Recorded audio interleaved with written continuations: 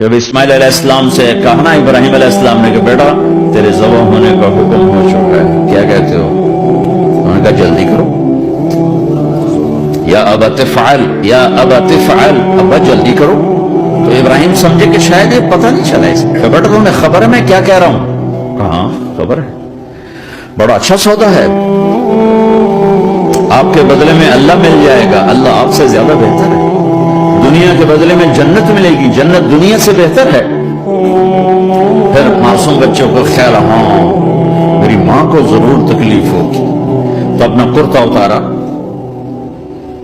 اور اپنے باپ کو دیا کہ یہ کرتا آپ نے میری اماں کو دینا ہے، جب مجھے کبھی یاد کرے گی تو میرا کرتا دیکھ لیا کرے گی، تسلی ہو جائے گی، اور آپ نے اپنے کرتے میں مجھے کفن دے کے ادھر ہی دفن کر دینا ہے، ادھر نہیں لے جانا وہ مکے کی طرف کہ میری ماں کو وہاں تکلیف ہوگی، میرا کٹا سب دیکھ کر بغیر سر کے پورا دھڑ وہ اس کو تکلیف ہوگی، ایسے اطمینان سے چکے۔ اور ذبح ہونے والا بھی ایسی باتیں کرتا ہے، بابا میرے ہاتھ بھی باندھ دے میرے پاؤں بھی باندھ دے، کہ ممکن ہے جب تو چھری چلائے اور میرا ہاتھ پاؤں ہلے تو تجھے لگ کے تمہیں تکلیف نہ ہو جائے۔ 60 برس کی دعا کے بعد بیٹا ملا، 60 برس دعا مانگی، اولاد دے دے اولاد دے دے اولاد، 60 سال کے بعد اولاد، 84 سال کی عمر میں، 80 سے 84 برس کی عمر میں کے درمیان بچہ ہوا ہے۔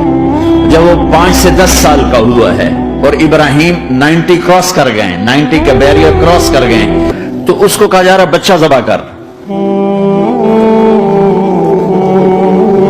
مینا کے پہاڑ سختہ تاریخ، ہوائیں تھم چکی ہیں، سورج مدہوش ہو رہا ہے، آسمان کے فرشتے ٹکٹکی باندھ رہے ہیں اور ان کے سانس اٹک رہے ہیں کہ یہ کیا ہو رہا ہے، کیا یہ بوڑھا کر جائے گا، کیا یہ اپنے بچے پر چھری چلا جائے گا؟ باندھ رہے ہیں ہاتھ اور پاؤں۔ ابے بچے نے کہا تھا مجھے الٹا لٹانا، سیدھا نہ لٹانا، کہیں تیری نظر پڑے میرے چہرے پر اور پھر تو رک جائے۔ نہیں نہیں نہیں، سیدھا الٹا۔ تلہ للجبین، اسماعیل کی وصیت کو قرآن نے بیان کیا۔ ماتھا ان کے گھٹنے کو ان کی کمر پہ رکھا اور ایسے سر کے بال پکڑے، ایک ہاتھ میں چھری ایک ہاتھ میں سر کے بال، اور یوں آسمان کو دیکھا اور یوں تھوڑا سا اوپر اٹھایا نا تاکہ نیچے سے چھری چلائے۔ وہ چھری چلا کے مطمئن ہے، وہ چھری چلوا کے مطمئن ہے، پتہ چلا کہ میری سوچ غلط ہے، کسی اور طرف سکون ہے، جہاں میں ڈھونڈ رہا ہوں وہاں نہیں ہے، اپنی مرضی پوری کرنے میں نہیں ہے، اللہ کی مرضی پوری کرنے میں ہے۔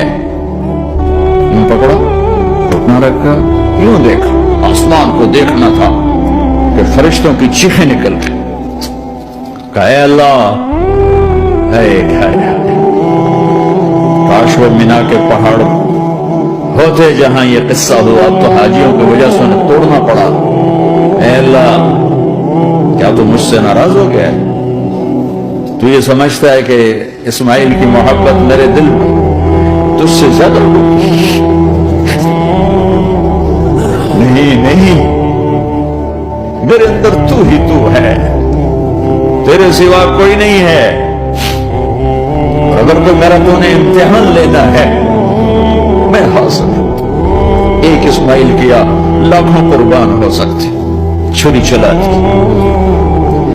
خامدوں کے ذمے ہے وہ بھی بنے سمنے ایڈا پیٹ کٹ کے اندر وڑ جانا، آپ ایڈے جانے پہ پیٹ ایڈے جانا پہ، ادھر سگریٹ پی پی پی پی منہ بو پئی ہوئی ہوندی ہے، لے بھلا کیویں تہاڈی بیوی تینوں پیار کرے، تیرے منہ تو بو دا بھبکا چلتا پہ۔